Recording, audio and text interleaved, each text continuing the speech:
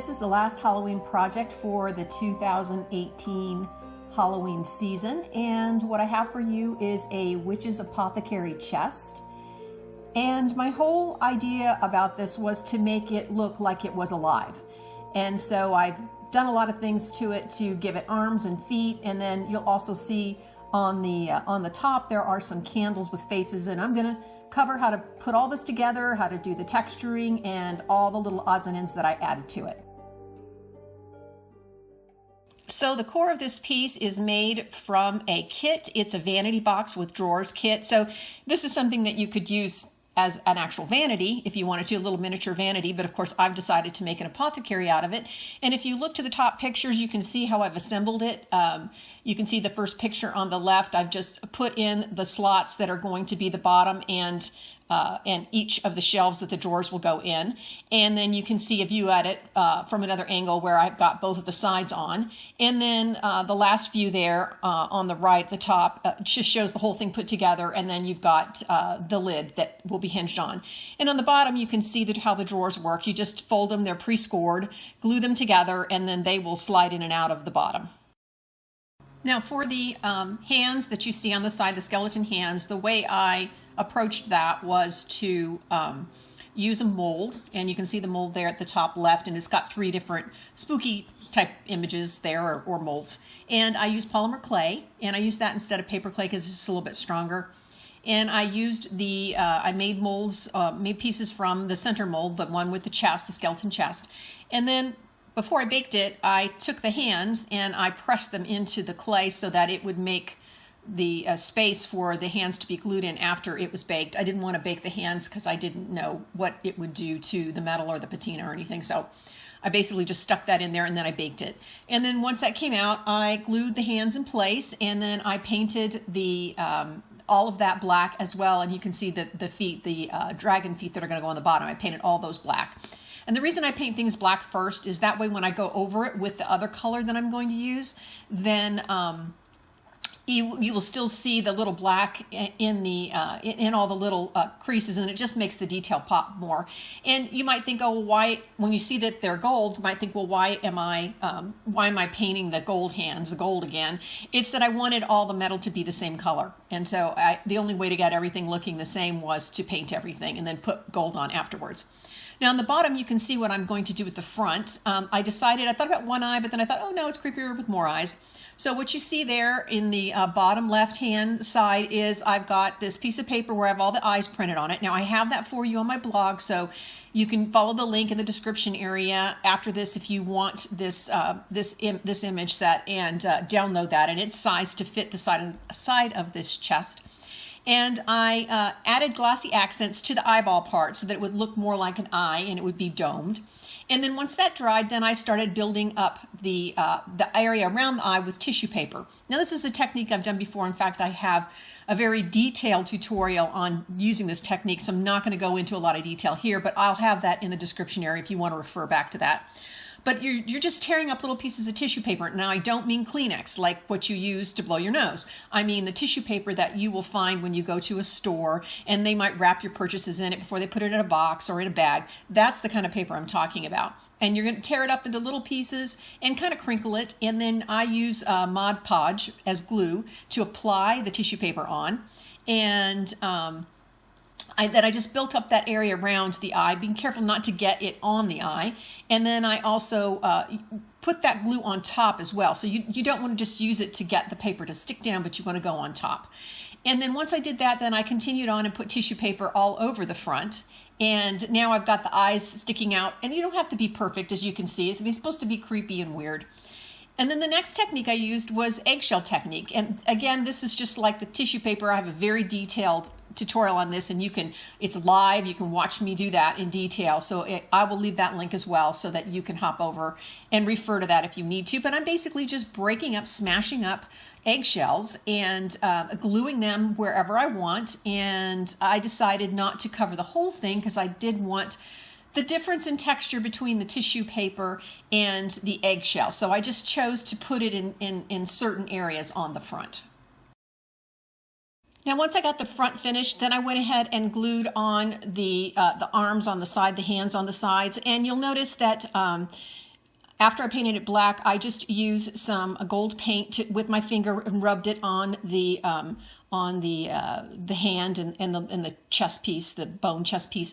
And the reason I paint it black, you've heard me say this before, I paint it black first, that way the crevices are dark, and then when you rub whatever color you're going to rub on top of that, then you still get those dark definitions, and you get a more interesting looking piece. And then I continue to add tissue paper everywhere else that you were going to see that was going to be on the outside. And of course, I wanted to stick that thing on there first because I wanted to do the tissue paper around it. So I'm tissue papering the sides, I'm tissue papering the inside of the chest, I'm tissue papering the back, and I'm also tissue papering the lids and the drawers. And just be sure with the drawers that you don't get that too thick so that you don't have problems pulling the drawers in and out. So in terms of the color, once I was finished with the tissue paper and the eggshell, I painted all the surfaces black, and then using my finger, I rubbed on some green, kind of a dragony kind of scaly green. And then I rubbed on with my finger some gold, and that's the same gold that I used for the hands and the feet. And then here, talking about the hinging on the lid. Now, I'm going to glue all of the stuff on the top of the lid, so it's got to be pretty sturdy in terms of the hinge and be attached really well.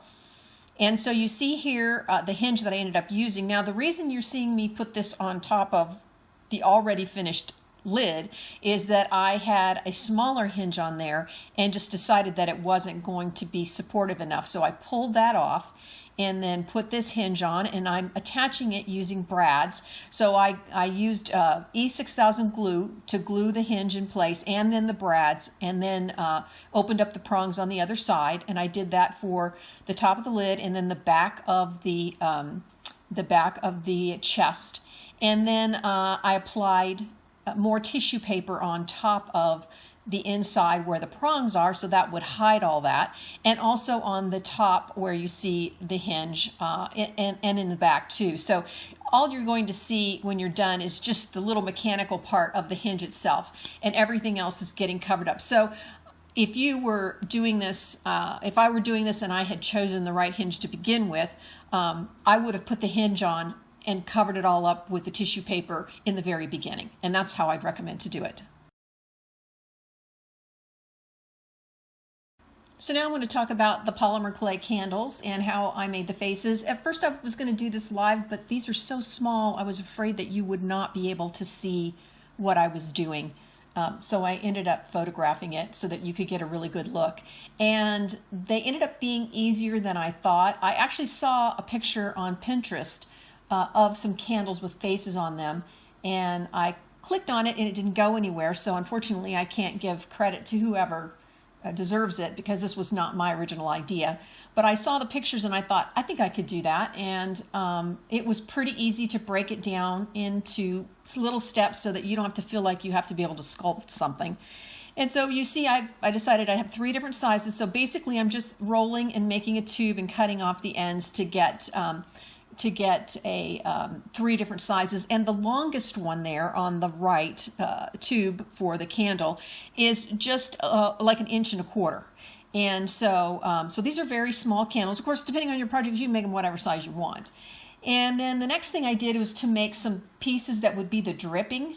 And also I'll mention the combination of clay that I used. I used 1/4 of an off-white clay to 3/4 of translucent clay, and that gives it that waxy look of a candle.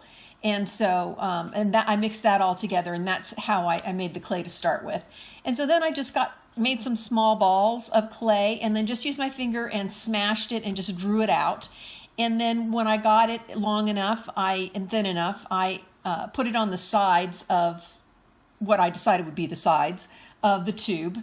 And here I'm doing the fat one first. And so I don't want to put it obviously in the front because I'm going to be making a face. And then I used a set of tools to make holes, eye holes, nose holes, and also creases in the face.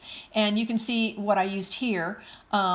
So the one with the ball on the end of it, the tool with the ball on the end of it, I used that to make holes for the eye. So just push that in there and make your eye shape. And I tried to do different size eyes for each of the candles so that I could get different expressions. And then the next thing I did was I rolled out really thin piece of clay and then cut it and then into 2 pieces and then just stuck that over the eyes to be the eyebrows. And then the next thing for the nose, again, a ball of clay. Then I kind of smashed it a little bit where it's thinner in the back part, the center picture of the nose there, but fatter in front. And then I took the rounded tool again, and I just poked the fat end with the tool, and it made it fatten up again, but it was thinner in the back and fatter in the front. And so then I put that gives me my little fat nose, and I stuck that on the front. Now I'm not gluing anything, I just stuck it on the front, and then where it meets the bridge between the eyes, I just took the back of the clay there, that thinner part, and just used my finger to smooth that out so that there was a smooth transition between that back part of the nose that goes right up the bridge of the nose, up between the eyes. And as I'm doing it, I'm re-poking the holes, making sure my nose holes look really good. And of course, if you want to smash the nose a little bit more, if you think it's too rounded, and I tried to do the same thing with the noses as I did with the eyes, try to make each one a little different. Pretty much starting with a ball and then just making the ball different shapes. And then the next one, you can see I've got 2 creases that are on a mouth and 2 creases. So here again, I'm using the ball tool to just poke in an oval line, like a half moon line underneath the nose. And then for the creases on the sides of the cheek, I'm using this sharp tool and I'm just pressing the side of it. And you could do that with a toothpick too, would work really well, is just take a toothpick and just press into the clay to give you those lines around the mouth. And then here you can see on the top, you can see where I have attached the drips, and I left them like this, but what you'll want to do is smooth them down. So once you put them on top, just smooth them down until you get a smooth surface. And then before I bake this, I want to make a hole in it so that I've got a way to stick my wick in. And so I used wire for the wick, and so I cut my pieces of wire and then poke that into the top of the candle so that way it would be there to attach it once this is baked. So here we have the other two candles, the longer, thinner ones.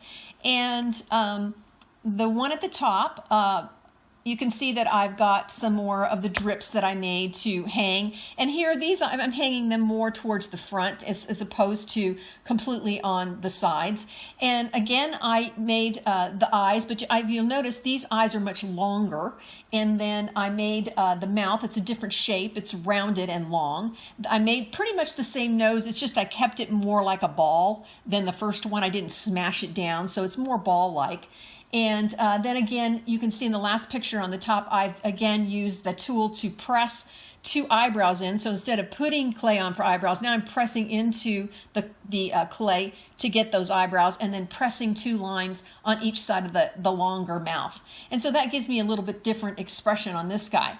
Now the next guy, this is the tallest one. Again, I'm adding the drips and I'm doing the eyebrows, but instead of the eyebrows going over the top of the eyes, they're going up. Kind of like an owl. They're going up, which kind of is a meaner expression. And again, I'm doing the eyes. And the eyes, instead of being straight up and down, they're kind of sideways. I kind of did them at an angle with the bottoms of the eyes flaring out. So that also gives it a little bit more of a mean expression. And for this nose, instead of a round ball, I'm doing kind of an oblong ball. And so that gives me a lot wider nose. And then again, I stick that on the candle part, and then poke 2 holes for the nose. And here I'm doing a mouth, but the mouth is a little bit different shape. Instead of that moon, it's kind of flat on the top and then goes all the way down the chin. So again, he looks meaner.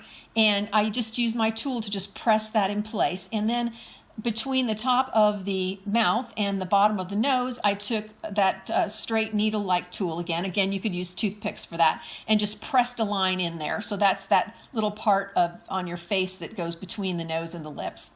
Now, in terms of the candles, what I did was just like I pre-poked holes into the candles, the wicks, I just rolled up pieces of clay and just shaped them into the shape that you see there, and I just poked and I used obviously yellow clay, and I just poked the wicks, the wire in them, so that after they baked, then I could glue them in place.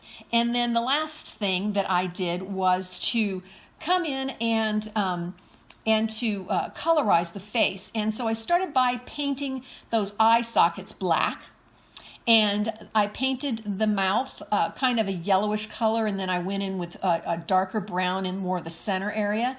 And then for anywhere where I had these creases, either because of eyebrows or because for the cheeks that go around the mouth, I also added some darker brown in there. So just those things would pop.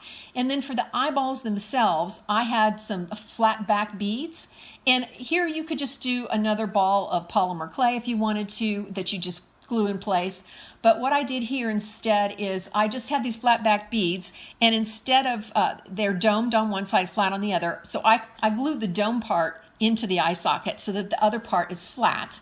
And then I just came in with a little bit of black paint and just put the iris in the eye. And you'll notice that because of the different shapes of the eyes and sizes, I could locate that flat back bead in a different place in the eye, and it also placed the little dot iris in a different place. And that way, again, you get different expressions. Now, in terms of the stands, I just used a combination of rondelles and bead caps and beads. And this is just whatever, because I'm painting them, you won't even see what they are other than just something that had some detail. And so I just made different heights candle stands with this, and then I painted all those black, and then I did the same thing that I did with the feet and with the hands. I just used my finger with a little gold and rubbed the gold over that just to bring out a little bit more of the details, and then glued the candles on top of the stands. Now, I made all kinds of goodies for the top of the chest and inside the drawers and inside the top of the cabinet. And one of the larger items outside of the candles is the book stand. The base itself is a upholstery stud, and then on the top of that is a puffy bead.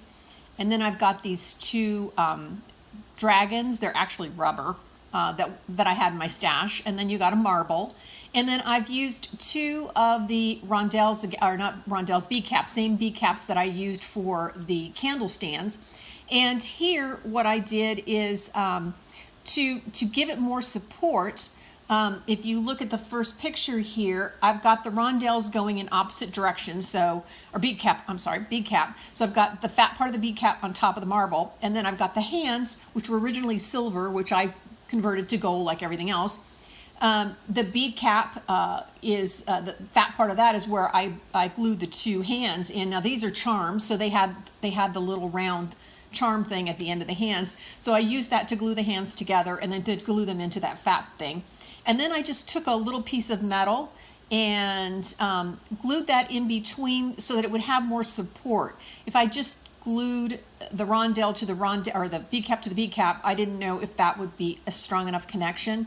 So you could use a piece of wood or a toothpick or whatever you happen to have. And I just cut the length of the small part of the bead cap, and then glued that in, and then put the other bead cap on top of that. And that gave me my book stand. And then I made a potion book to go on it. And then, of course, you see the little owl. He's sitting there looking at it. And I just basically used the same collage sheet that I used for the Witch in the Woods project, the Witchy Library, and because it's perfect size for this kind of scale of stuff. And I've actually printed out the potions and charms and spells out twice and put them back to back, so that way anywhere in the page you would look, you would see spells. And so some of them are repeated. And then I just took one of the book covers from there, and glued all the pages into that. And so that made my little spell book. And you'll also notice that there's a whole bunch of other books that I made that I put inside the chest in various places. As well as you can see behind them some scrolls. I just rolled up paper and put bead caps on the ends of that. And then another one of the items is this the chest that you see that's got the chain around it and lock. My idea was that there's something in there that you've got to lock up so it doesn't get out. And all I did was use this. This is a little mini cigar box set. It's a little kit, and I put those together. and I basically painted it white. And then I used a crackle, and I'm sorry, painted it white. Then I painted it white, then painted it with glue with Mod Podge. And the reason is I'm going to use stain, and if you don't seal it, then the stain and the paint get together and then it looks really muddy. And then I put a crackle, some crackle stuff on it, and I use the Tim Holtz Rock Candy crackle. I love that stuff. I don't think they make it anymore. I like it because it gives you really tiny crackles, but you could use any crackling product. So white, then seal it with something like Mod Podge, then put the crackle medium on there, and usually some of them you let it dry completely, some of them you let it dry almost, so you have to look at the directions of whatever you use. And then once that's done, then I went with stain. I think it was the Tim Holtz Vintage Photo, so it's kind of got that reddish brown color. And then that gives you the kind of texture that you see there, where it's crackled. It almost looks like snake skin or something like that. And then just put chains around it and a lock on it, and so you've got this little locked set of boxes. Now I also have a chalice here, and I had some dishes left over from the Café Chat Noir, and so I've just put some air dry clay inside this one. I painted it with frosting spray paint, and that just creates a frosted look. And then I took a bat charm and bent it to put it on the cup, and then for the hole I put a little rhinestone in that hole. And then for this little pot to mix that you can see on the left-hand side in the back, right in front of the hourglass, I took a plastic little bowl that from the leftover from the project and a cup and turned it upside down and then painted all of it so it looks like it's this bowl with a stand on it. And then I ringed it with some charms, some skull charms, and then used rhinestones to in those little holes. And then you can see I've got a wand there too. I just got a piece of wood out from the yard, little piece of stick, and put a bead on the end of it, and then just wrapped it in copper colored wire. And then you also see a bunch of bottles in the background, and I put there's another collage sheet that I used that's all kinds of little cute spooky labels, and you'll see that in the supply list, and I've used images from that. I've also used some skull beads as tops, and then I've also used a bat charm and a moon charm on the fronts in lieu of a label. And then in the back you can see another bottle there, and it's got a raven bead on the top of it, and I sprayed it with the stone spray paint that you see me use all the time. So that's something else that you can do to do something different with the bottle. Now the last thing here is the hourglass, and they're super simple to make. All you need is two bottles. They can be any shape you want. I just happen to have two round bottles, and they can have a neck on them or not. And you're basically going to put whatever you're going to put inside. I use micro beads. You could also use sand, and you can scale this up to whatever size you want, and put whatever you want in it. So I put the micro beads in one end, and I glued it to a rondelle for a base, and then I glued a bead in between the two. And this the bead's got a hole. It's got to have big enough hole so it can go from one end to the other. Now, if you just wanted to put the two necks of two bottles together, you could do that and forego the bead, and then just maybe dress up the outside of the bottle with some kind of sticker or metallic sticker, or a Dresden would look nice too. And then, of course, you want a rondelle on the other side, or you could use filigree, something like that, to dress up each side. And whatever you do to glue the two together, I use glossy accents, and you want to make sure that you get a really good seal. And you also want to give it plenty of time to dry before you turn it upside down and let the beads or the sand run through. It'll stick to the glue. And then, of course, you want a good seal because you don't want any of whatever's in there falling out. So that's basically how you can make an hourglass. Now, one other thing that I added on the inside of the chest is that I added this little shelf, and then you can see some other things from the same collage sheet I got the labels from for the bottles, is where I got those images as well.